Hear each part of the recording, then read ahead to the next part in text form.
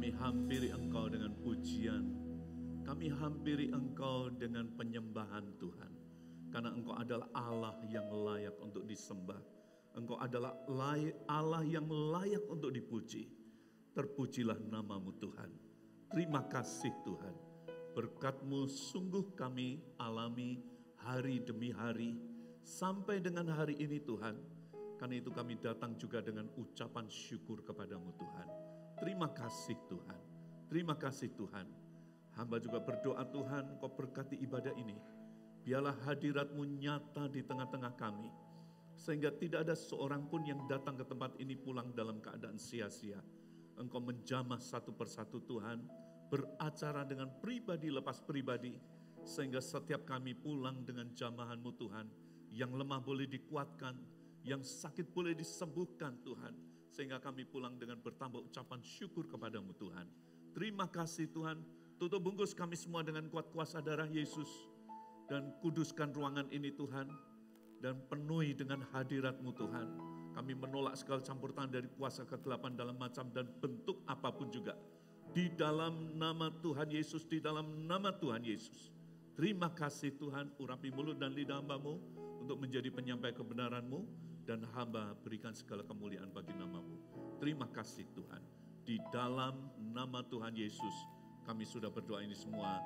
Haleluya, semua yang percaya katakan amin. Berikan kemuliaan untuk nama Tuhan. Sebelum saudara duduk, saya ingin memberikan shalom. Kalau saudara terima shalom ini, lambaikan tanganmu, katakan shalom, shalom. Lihat kiri kananmu dan berikan senyum yang terbaik, katakan shalom. Kita saling memberkati satu dengan yang lain. Silakan duduk Bapak Ibu saudara sekalian. Terima kasih untuk tim PAW. Haleluya. Puji Tuhan. Apa kabar Bapak Ibu saudara sekalian? Apa kabar? Ya, saya orang senior agak sedikit kurang mendengar nih saudara. Apa kabarnya saudara? Oh ya, berikan kemuliaan yang luar biasa bagi nama Tuhan. Haleluya. Saya berterima kasih, bersyukur untuk kesempatan ini. Ya, terima kasih Pastor Andri dan Pastor Ika untuk kesempatan ini. Boleh melihat bagaimana kasih karunia Tuhan itu dinyatakan atas gereja di Kupang ini. Ya, terakhir kami datang itu saudara masih belum punya tempat ibadah. Ya, dan saya juga ditunjuki tempat ini masih seperti gudang gitu ya. Masih seperti gudang tapi sekarang menjadi tempat yang indah. Saudara diberkati dengan tempat ibadah yang baik. Amin. Ya, puji Tuhan. Ya, nah Bapak Ibu saudara sekalian, bulan ini tema besar dari GMS itu adalah diselamatkan untuk menjadi lebih dari pemenang dan memberikan yang terbaik bagi Tuhan. Itu tema besarnya.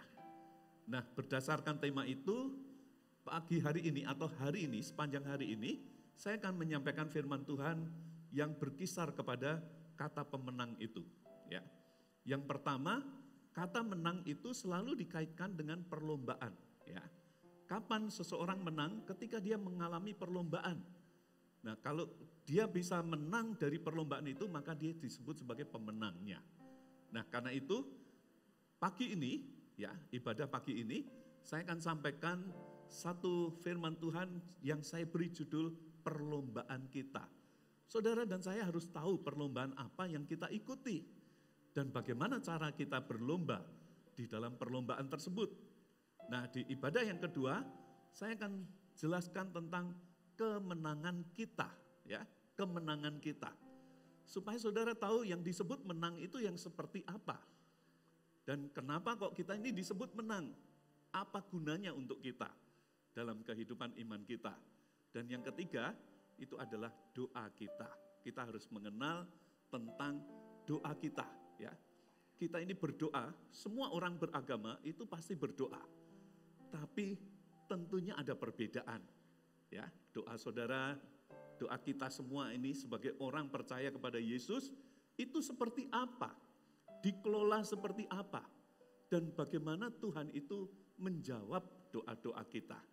Nah, itu akan saya sampaikan di ibadah yang ketiga. Saya juga dapat bagian untuk menyampaikan firman di AOG ya. Saya juga AOG loh saudara, ya. Army of Gocap Go. Iya, saya dan istri menjadi gembala untuk kelompok penggembalaan senior di sinode ini. Jadi saya sangat senang kalau melihat para senior itu dipakai oleh Tuhan. Amin. Ya, oke. Nah, mari kita lihat tentang perlombaan kita. Ayatnya ada di mana? Di Ibrani pasal yang ke-12, ayat yang pertama. Saya akan bacakan terlebih dahulu untuk saudara. Setelah itu saya ajak Bapak Ibu untuk membaca bersama dengan saya. Oke? Ibrani 12 ayat yang pertama berkata seperti ini. Karena kita mempunyai banyak saksi bagaikan awan yang mengelilingi kita. Siapa saksi-saksi yang disebutkan seperti awan yang mengelilingi kita? Saudara bisa baca pasal yang ke-11 kitab Ibrani. Di situ ada parade para saksi iman, ya. Nah, mereka sudah mendahului kita dan mereka menjadi saksi bagi kita. Sekarang kita berada di dalam jalur iman yang mereka pegang ini, ya. Jadi iman saudara dan saya kepada Yesus itu bukan iman yang tiba-tiba, saudara. Tapi iman yang mempunyai akar ribuan tahun dan mempunyai banyak saksi iman yang sudah berhasil, ya. Nah, karena kita punya saksi yang seperti itu, maka firman Tuhan berkata, marilah kita menanggalkan semua beban dan dosa yang begitu merintangi kita dan berlomba dengan tekun dalam perlombaan yang apa saudara? Diwajibkan bagi kita. Nah, mari kita baca bersama ya. Dalam hitungan yang ketiga, 1, 2, 3. Karena kita mempunyai banyak saksi bagaikan awan yang mengelilingi kita. Marilah kita menanggalkan semua beban dan dosa yang begitu merintangi kita dan berlomba dengan tekun dalam perlombaan yang diwajibkan bagi kita. Ada amin? Oke. Nah, Bapak Ibu saudara sekalian, menurut kitab Ibrani ini, ketika saudara dan saya memutuskan untuk beriman kepada Tuhan, ya, kepada Tuhan Yesus, maka secara otomatis saudara dan saya itu ditaruh di dalam lintasan perlombaan. Perlombaan di mana kita berada itu disebut sebagai perlombaan iman. Tapi perlu saudara dan saya ketahui bahwa yang disebut perlombaan iman ini itu unik. Berbeda dengan perlombaan-perlombaan, misalnya perlombaan lari, perlombaan balap sepeda, dan sebagainya. Atau bahkan pertandingan tinju dan sebagainya. Ini berbeda saudara. Ini berbeda. Jadi saya sebut perlombaan iman itu adalah sebuah perlombaan yang unik. Ya, yang unik. Di mana keunikannya? Keunikannya tidak ada lawan saudara. Kalau disebut perlombaan iman, itu bukan berarti Tuhan sedang mencari siapa imannya yang lebih hebat dibanding iman yang lain. Ya, siapa orang yang mempunyai iman lebih baik, lebih bagus, lebih kuat dibanding orang yang lain, orang beriman yang lain. Bukan. Pertandingan ini tidak melawan siapa-siapa. Ya. Tidak melawan siapa-siapa. Tapi kok disebut pertandingan? Lawannya adalah diri kita sendiri. Di dalam diri kita ini ada dua pilihan manusia. Manusia rohani dan manusia duniawi. Nah, ujungnya nanti di garis finish itu, dalam kehidupan iman kita ini sedang berlomba. Di ujung finish itu nanti akan kelihatan. Kita ini adalah manusia rohani atau kita ini ternyata masih manusia duniawi. Bisa ngerti maksud saya? Oke. Nah, ujungnya itu di situ, saudara. Hasil akhirnya itu. Jadi dalam perlombaan iman itu kita berjuang dalam diri kita sendiri. Untuk apa? Untuk mengalahkan manusia duniawi kita. Istilah yang sering kita dengar adalah kedagingan kita. Ya. Supaya kerohanian kita itu yang lebih bertumbuh dan lebih muncul dan menjadi lebih kuat. Di akhir atau di garis finish, kapan garis finishnya itu? Garis finishnya itu adalah saat Tuhan Yesus datang secara pribadi maupun secara korporat untuk gerejanya. Ya, kalau saudara dan saya masih diizinkan untuk hidup mengalami kedatangan Tuhan secara korporat untuk gerejanya, puji Tuhan. Ya, artinya kita dalam kondisi hidup, tubuh kita itu akan diubah menjadi tubuh kemuliaan, lalu kita semua akan diangkat naik untuk bertemu dengan Tuhan di awan-awan yang permai. Ada amin? Nah, tapi yang disebut kedatangan Tuhan itu juga bisa secara pribadi. Yaitu Tuhan berkata kamu sudah finish. Sudah selesai ini kamu. Kehidupanmu sudah selesai sampai di garis finish. Yang Rasul Paulus berkata bahwa aku ini sudah mengakhiri pertandingan yang baik dan ini sudah sampai di garis finish. Sudah hampir sampai di garis finish, yaitu hari kematiannya.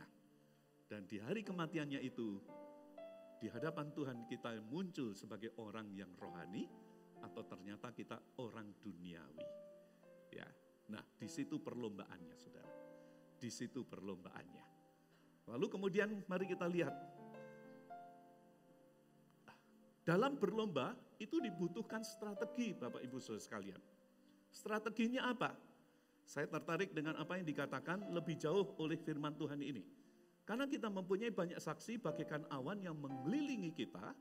Lalu ayatnya berkata seperti ini. Marilah kita, apa saudara? Menanggalkan semua beban dan dosa yang begitu merintangi. Kalau saudara dan saya itu mau menang di dalam perlombaan, di garis akhir ini kita muncul sebagai orang beriman, bukan orang yang duniawi, bukan orang yang kedagingan, maka strateginya hanya satu ini saudara, yang harus kita lakukan, yaitu tanggalkan dulu, kalau mau masuk di dalam perlombaan dengan baik, tanggalkan semua beban dan dosa. Karena itu akan bisa merintangi perjalanan kita berlomba dalam perlombaan iman ini. Itu akan sangat mengganggu. Nah, apakah yang disebut dengan nama beban itu saudara? Dan apa yang disebut dengan nama dosa? Dosa mungkin saudara tidak bingung ya. Ini sudah sering kita dengar kalau kita ke gereja tentang dosa. Tapi saya mau jelaskan arti beban dan dosa di dalam konteks perlombaan iman ini. Beban itu bukan dosa, bisa bukan dosa.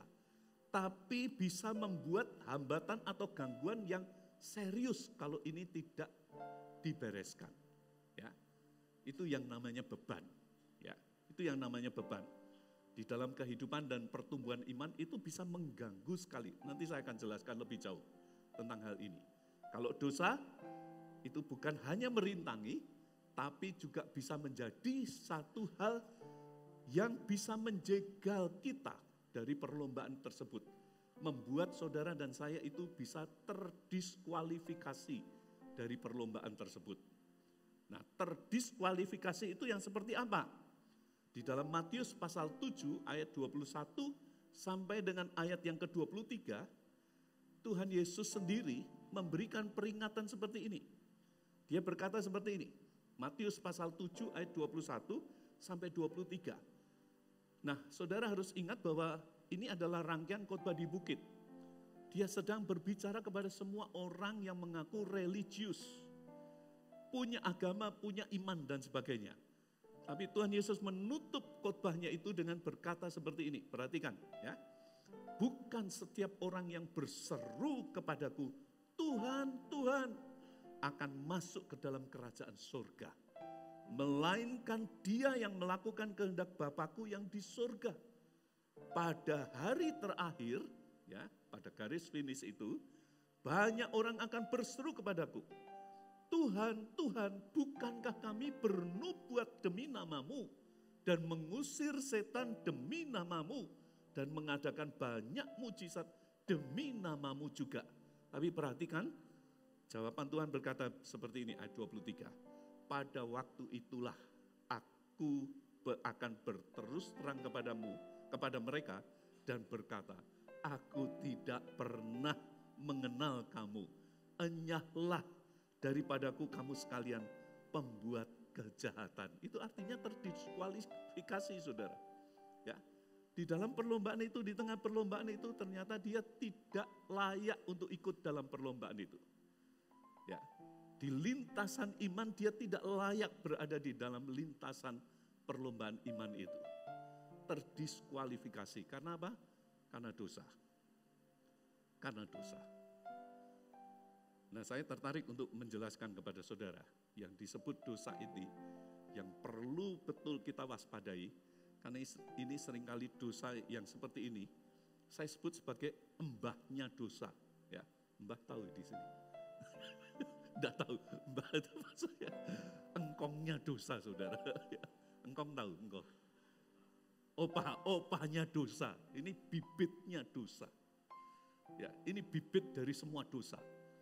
Ya, kalau itu ada di dalam hidup iman kita, saudara secara tidak sadar menaruh satu bibit untuk semua jenis dosa. Nah, bibit ini ada dua, saudara. Bibit ini ada dua. Pertama, itu adalah kemunafikan. Kemunafikan. Ini harus betul kita waspadai, saudara. Kemunafikan. Lihat bersama dengan saya dalam Lukas pasal 12, ayat yang pertama. Dia berkata seperti ini, Tuhan Yesus berkata seperti ini. Sementara itu beribu-ribu orang banyak telah berkerumun sehingga mereka berdesak-desakan. Lalu Yesus mulai mengajar. Pertama-tama kepada murid-muridnya katanya, apa saudara? Dikatakan apa oleh Tuhan Yesus? Baca bersama dengan saya, 1, 2, 3. Waspadalah terhadap ragi, yaitu kemunafikan orang Farisi. Perhatikan, Yesus menyebut kemunafikan itu sebagai ragi. Maksudnya apa? Ragi itu kalau ditaruh di adonan, tidak terasa kehadirannya, tetapi dalam waktu cepat, dia akan mengkamiri seluruh adonan tersebut. Dia akan mengkamiri seluruh adonan. Jadi kata ragi di sini menunjukkan bahwa kehadirannya itu bisa tidak kita rasakan. Tapi cepat atau lambat itu langsung akan mengkamiri seluruh kehidupan. Yaitu kemunafikan. Munafik itu artinya apa? Ya, munafik itu artinya apa?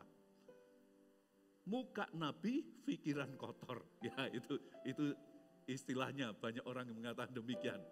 Maksudnya orang itu berpura-pura untuk menjadi seseorang yang lain. Ya. Orang Farisi itu menampakkan diri sebagai orang yang beragama. Orang yang taat. Tapi sebenarnya mereka tidak seperti itu. Bisa ngerti maksudnya? Sehingga Tuhan Yesus menyebut itu kemunafikan. Bahkan Tuhan Yesus di dalam kitab Matius ada satu pasal 23 itu seperti didedikasikan untuk memberikan teguran. Banyak itu saudara tentang kemunafikan orang-orang Farisi ini. Karena itu serius saudara, itu serius.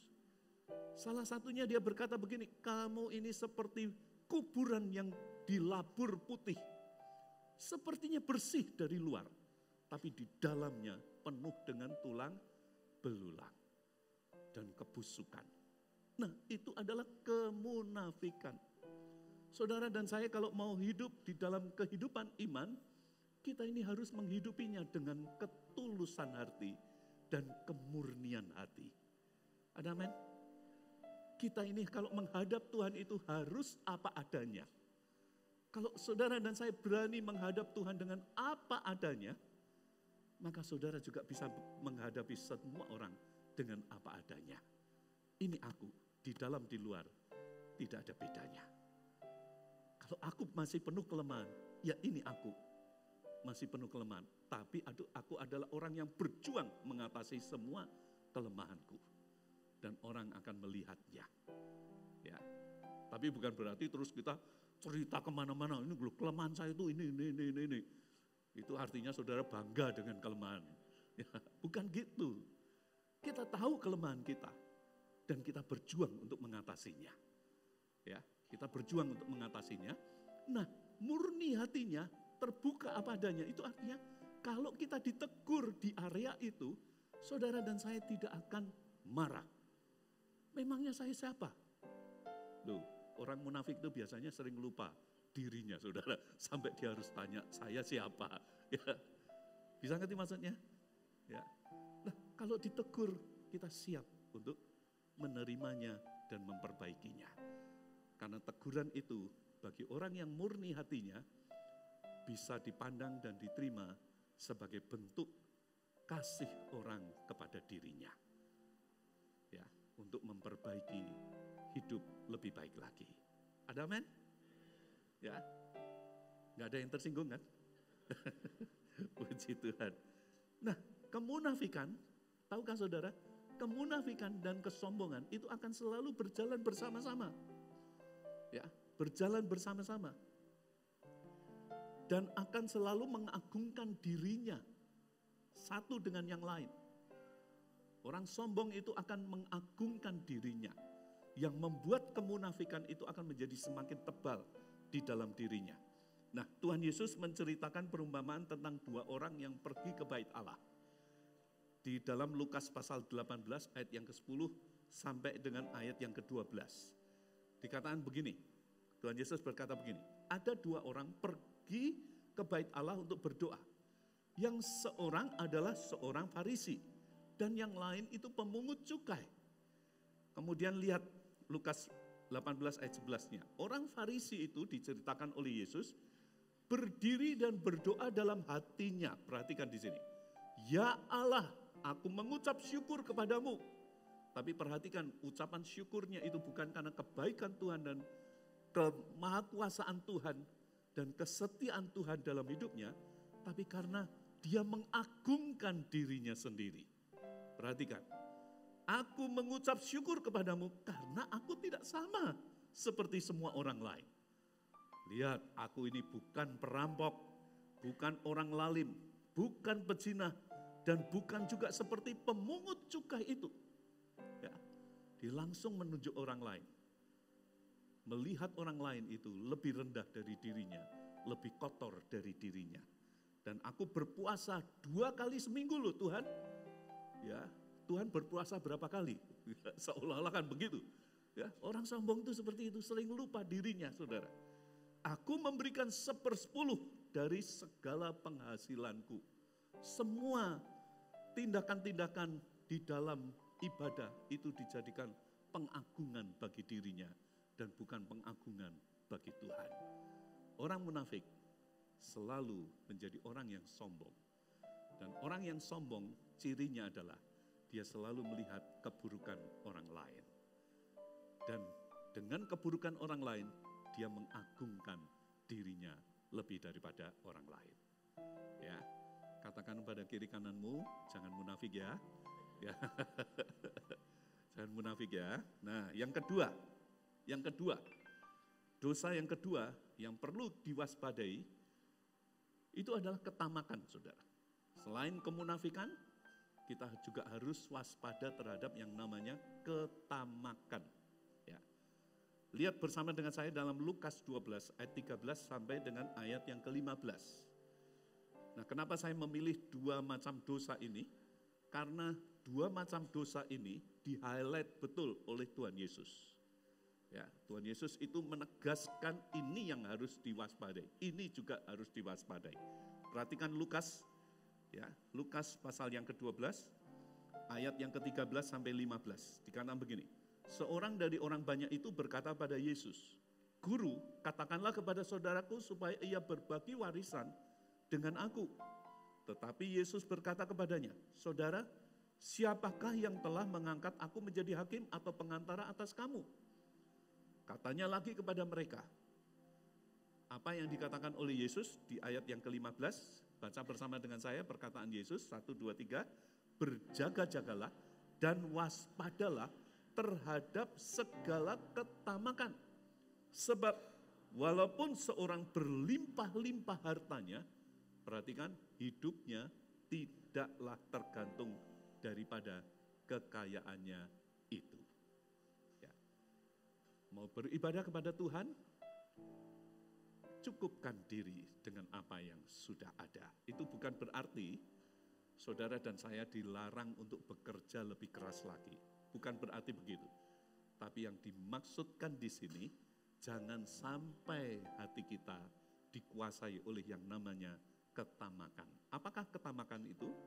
Ketamakan itu adalah keinginan yang melawan hukum atas milik orang lain.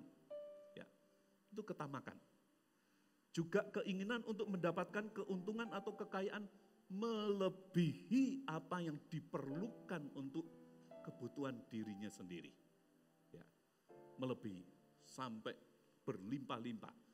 Saya tidak menentang orang diberkati loh. Saya tidak menentang. Kalau saudara diberkati bisa berlimpah, bisa. Tapi setiap kali saudara diberkati lebih, saudara harus tahu mengapa Tuhan memberkati saudara. Apa yang harus saudara lakukan dengan berkat itu? Ya. Apa yang harus saudara lakukan dengan berkat itu? Karena saudara dan saya bukan dipanggil hanya untuk diberkati, tapi kita dipanggil juga untuk memberkati, menjadi berkat. Ya. Nah, itu yang harus terus menjadi keseimbangan untuk diri kita. Jangan sampai hati kita itu dikuasai oleh ketamakan. Kenapa? Karena orang yang tamak akan mudah untuk menghalalkan segala cara untuk memperoleh kekayaan bagi dirinya. Ya. Itu orang yang tamak, saudara. 1 Timotius pasal 6 ayat yang 10 dikatakan begini. Karena akar segala kejahatan ialah cinta uang. Sebab oleh memburu uanglah, perhatikan di sini, beberapa orang telah menyimpang dari iman dan menyiksa dirinya dengan berbagai-bagai duka. Nah, kenapa ketamakan itu disebut sebagai satu dosa? Lihat bersama dengan saya dalam Kolose pasal 3 ayat yang kelima. Dan ini perlu untuk kita pahami. Ya, Kolose 3 ayat yang kelima berkata begini. Karena itu matikanlah di dalam dirimu segala sesuatu yang duniawi. Yaitu percabulan, kenajisan, hawa nafsu, nafsu jahat, dan juga apa saudara? Keserakahan. Karena apa? Keserakahan itu harus juga kita matikan. Karena apa? Sama dengan penyembahan berhala. Beberapa waktu yang lalu ada istilah dari anak-anak muda bucin, ya, apa itu? Budak cinta, ya. Itu hidupnya tuh seperti diarahkan hanya untuk cintanya itu, saudara. Ya, ini bukan hanya bucin, tapi budak kekayaan, ya, budak kekayaan dan kenikmatan dunia. Nah, itulah yang disebut dengan nama ketamakan, ya. Contoh dari hal ini adalah di dalam 1 Raja-Raja pasal 21 ayat 1 sampai 16. Saudara boleh baca sendiri, itu bercerita tentang seorang raja Israel yang bernama Raja Ahab. Dia punya istri namanya Isabel, seorang wanita yang paling jahat di dunia ini. Ya, paling jahat di dunia ini. Ya. Nah, sebagai raja, dia sudah punya segala sesuatu. Kekuasaan dia punya, harta dia punya, dan tidak ada kekurangan sama sekali. Tapi saat dia melihat satu kebun di sebelah istananya, dan itu dimiliki oleh seorang rakyatnya yang bernama Nabot, dia mengingininya. Dia punya segala sesuatu. Dan dia mengingininya. Nah, apa salahnya? Apa salahnya sebetulnya? Ya, kalau saudara bertanya begitu. Salahnya banyak, saudara. Karena di dalam hukum Taurat, tanah waris itu tidak boleh dialihkan kepada orang lain. Tidak boleh dialihkan. Itu ada hukumnya. Nah, ketamakan itu adalah mengingini milik orang lain melewati garis hukum itu, saudara. Dia tamak. Dan apa yang terjadi? Ceritanya adalah kemudian dengan dukungan dari istrinya yang jahat itu, maka dia dengan ketamakannya itu menghalalkan segala cara. Nabot difitnah, kemudian dihukum mati. tanahnya diambil. Nah itulah yang disebut dengan ketamakan. Bisa mengerikan saudara, bisa mengerikan. Dan kemunafikan dan ketamakan itu kalau sampai menghinggapi diri kita, itu bisa menjadi seperti pabrik yang memproduksi dosa-dosa di dalam kehidupan kita. Jadi waspada dengan kemunafikan, waspada dengan ketamakan. Ada amin? Ya. Nah sekarang kita melihat tentang beban. Ya. Tentang beban, memang bukan dosa. Ini bisa bukan dosa saudara. Tapi bisa merintangi perjalanan iman kita. Beban itu adalah hal-hal yang bisa menghalangi pertumbuhan iman kita. Ibaratnya itu kalau kita sedang mau berjalan maju, kaki kita itu seperti ada yang gandolin saudara. Seperti ada beban yang banyak yang mengikat diri kita. Sehingga kita menjadi berat untuk bisa melangkah. Selangkah pun itu tidak mudah saudara. Tidak mudah. Nah, beban itu bisa karena pertama, masa lalu yang tidak pernah diselesaikan. Masa lalu yang tidak pernah diselesaikan. Kekecewaan, sakit hati, dendam, dan kemarahan. Ya, itu tidak pernah diselesaikan, tidak pernah dibereskan. Lalu kita mencoba untuk masuk di dalam perlombaan iman itu. Maka ini bisa menjadi beban yang menghambat perjalanan iman kita. Saya kasih contoh. Saya kenal seorang ibu. Waktu saya kenal pertama di gereja, saya lihat ibu ini berapi-api untuk Tuhan. Semangatnya untuk menyembah Tuhan itu luar biasa. Sehingga tidak dalam waktu lama, ibu ini muncul seperti the rising star. Ya, Pak Pendeta melihatnya, lalu mulai mempercayakan banyak pelayanan kepada si ibu ini. Dia mulai menjadi orang penting di gereja. Jabatan ini, jabatan itu, jabatan ini, jabatan itu. Luar biasa, banyak kepercayaan kepada si ibu ini.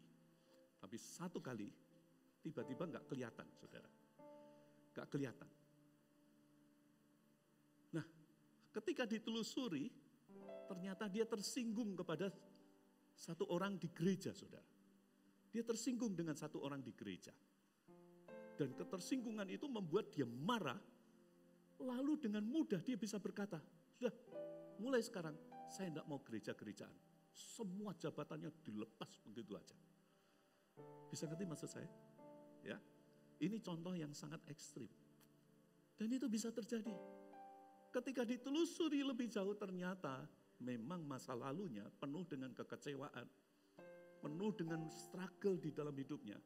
Tapi enggak pernah diselesaikan.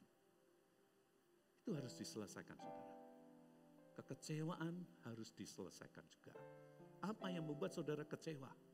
Kekecewaan itu cara menyelesaikan adalah dengan mengikhlaskan.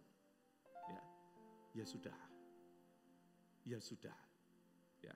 Oh, tapi dia mengecewakan saya. Ya sudah. Bisa ngerti maksudnya? Kalau saudara bisa berkata, ya sudah, selesai. Itu masa laluku. Maka saudara seperti memotong satu beban, satu tali beban yang mengikat kaki saudara. Terpotong. Kaki saudara akan menjadi lebih ringan. Sakit hati juga harus diselesaikan saudara. Dengan cara apa? Mengampuni. Tidak ada cara lain. Caranya hanya mengampuni. Tapi Bapak enggak pernah tahu bagaimana dia menyakiti hati saya. Saudara, kalau mau mengampuni, jangan cari alasan untuk tidak mengampuni. Kalau saudara mencari alasan untuk tidak mengampuni, selamanya saudara tidak akan pernah bisa mengampuni. Ikhlaslah. Ya, mengampuni itu bukan untuk orang yang menyakiti saudara. Mengampuni itu untuk kebaikan diri saudara. Ya. Saya sangat percaya, saya setuju dengan ilustrasi begini. Orang yang menyimpan sakit hati, dendam kepada orang lain, menyimpan akar pahit di dalam hatinya dan sebagainya terhadap orang lain. Itu adalah ibaratnya seperti orang yang minum racun, tapi dia berharap orang lain yang mati. Bisa? Gak bisa. Gak bisa, saudara yang minum, saudara yang mati. Demikian juga kalau saudara menyimpan sakit hati, kemarahan, dendam, saudaralah yang tersiksa. Jadi kalau Tuhan Yesus berkata, ampunilah orang yang bersalah kepadamu, itu adalah untuk kebaikan kita. Karena itu sampah di dalam hati kita. Dan selama saudara tidak membereskan ini, apa yang terjadi? Hati saudara itu dalam kondisi yang luka. Kemana saja saudara mengarahkan hatimu, kena angin aja, hembusan angin yang sepoi-sepoi aja, sakitnya akan muncul kembali. Bisa ngerti maksud saya? Kena lirikan orang aja, kenapa kok dia ngelirik-ngelirik ya sama aku ya? Oh dia enggak suka ya sama aku ya? Tuh lihat, sakit. Selesaikan. Ampuni. Selebihnya Tuhan akan bekerja di dalam diri saudara. Ya. Ada amin? Nah, lebih jauh. Hal yang bisa menjadi beban itu kebiasaan-kebiasaan buruk. Ya, kebiasaan-kebiasaan buruk. Contohnya misalnya, gampang memaki orang. Ya, mulut ini kayak enggak ada remnya. Begitu hati mulai agak sedikit panas, ini mulutnya keluar kata-kata yang kotor. Nah, saudara enggak bisa mengikut Tuhan dengan mulut yang kotor juga. Hatimu harus dibersihkan, mulutmu juga harus bertobat. Ada amin? Ya. Karena kita enggak mungkin bisa memuji Tuhan sementara kita memaki-maki orang. Bisa ngerti maksudnya? Nah itu bisa menjadi beban di dalam pertumbuhan dan perlombaan iman kita. Kita bisa terhalang untuk menjadi saksi Tuhan. Saudara mau cegevan ngajak orang, ya, ayo kita menyembah Tuhan. Lah mulutmu sendiri enggak menyembah Tuhan. Gimana kita bisa menjadi saksi? Ya. Oke. Nah, beban yang berikutnya adalah kemalasan. Orang malas itu suka menunda segala sesuatu. Ya, aku kepengen pagi-pagi aku mau bangun berdoa. Tapi begitu pagi, sebentar lagi kan masih ada waktu. Ya, 10 menit lagi, tidur 10 menit, tidak mungkin tidur 10 menit saudara. 10 menitnya itu pasti berkali-kali lipat saudara. Ya, akhirnya, waduh sudah terlalu siang, Tuhan ampuni aku, besok lagi. Ya. Tapi itu terus terjadi, akhirnya saudara tidak akan pernah melakukannya. Ya, saya belajar dari ini. Saya punya secara naturalnya itu punya sifat malas. Tapi menurut saya semua orang punya. Tapi saya bertekad untuk mengatasi semua kemalasan. Begitu saya sudah punya tekad, saya buat sebagai komitmen. Ya, beratnya kayak apapun saya akan mulai. Beratnya kayak apapun, saya akan mulai. Contohnya berolahraga misalnya. Saya sadar, kalau saya tidak berolahraga, saya tidak akan fit. Kalau saya berkata, saya ingin melihat 300 gereja di tahun 2030, masih berapa tahun itu saudara? Masih berapa tahun? 6 tahun lagi. Saya tidak bisa memperkirakan kalau saya tidak berolahraga dan menjaga kesehatan saya. Apakah 6 tahun itu saya masih bisa melihatnya? Ya. Karena itu saya bertekad, saya harus berolahraga. Ya, saya bangun jam 4 saudara. Ya, saudara boleh tanya istri saya. Ya, saya bangun jam 4 tiap pagi. Dan dalam 3 jam, dari jam 4 itu, banyak hal yang sudah saya lakukan. Saya berdoa bahasa lidah 1 jam, saya olahraga kardio 1 jam, saya juga menyiram tanaman 72 pot, ya. Kemudian saya push up 80 kali, ya. Masing-masing style itu 20, ya. Kadangkala saya juga tambah dengan sit up, kemudian 1 jam saya penyembahan dan baca Alkitab, ya. Kira-kira jam 7, setengah 8, jam 8 saya turun dari tempat saya berdoa dan itu rooftop saya, ya, itu semua sudah selesai. 3 ini sudah selesai. Saya fit, saya siap makan dan siap untuk pergi ke kantor. Ya. Dan itu saya lakukan bertahun-tahun sampai dengan hari ini. Kuncinya apa? Jangan malas. Lawan kemalasan. Dan firman Tuhan itu juga melawan segala kemalasan. Ada amin? Nah, itu bisa menjadi beban kalau tidak diatasi. Beban itu bisa menuntun kita kepada dosa. Dan beban itu bisa menghalangi, sangat menghalangi untuk pertumbuhan kerohanian kita. Termasuk pemarah, tidak sabaran, dan sebagainya. Nah, daftar ini bisa menjadi lebih panjang, ya, karena hanya saudara yang bisa mengenali apa yang menjadi beban sebetulnya di dalam kehidupan iman saudara. Nah, itu harus dibereskan. Dosa dibereskan dengan cara saudara harus bertobat dari dosa itu. Minta ampun kepada Tuhan. Dan bertobat lalu mulai menjalani hidup di dalam pertobatan itu. Jangan ulangi lagi. Waspada, jaga hati, jaga kehidupan dengan penuh kewaspadaan. Semua beban harus diakhiri. Harus diakhiri. Potong semua talinya dari beban itu. Apa yang harus diampuni, ampuni. Apa yang harus direlakan, relakan. Ada amin?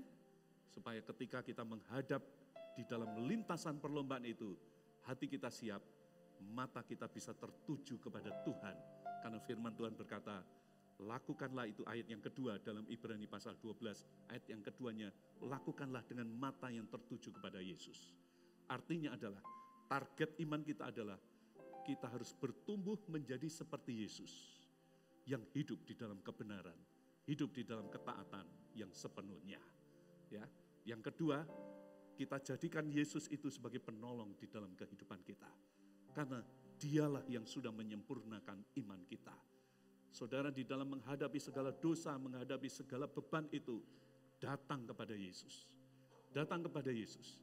Jadikan dia sebagai penyempurna iman kita. Ada amin? Tuhan memberkati. Berikan kemuliaan untuk nama Tuhan. Mari kita bangkit berdiri bersama.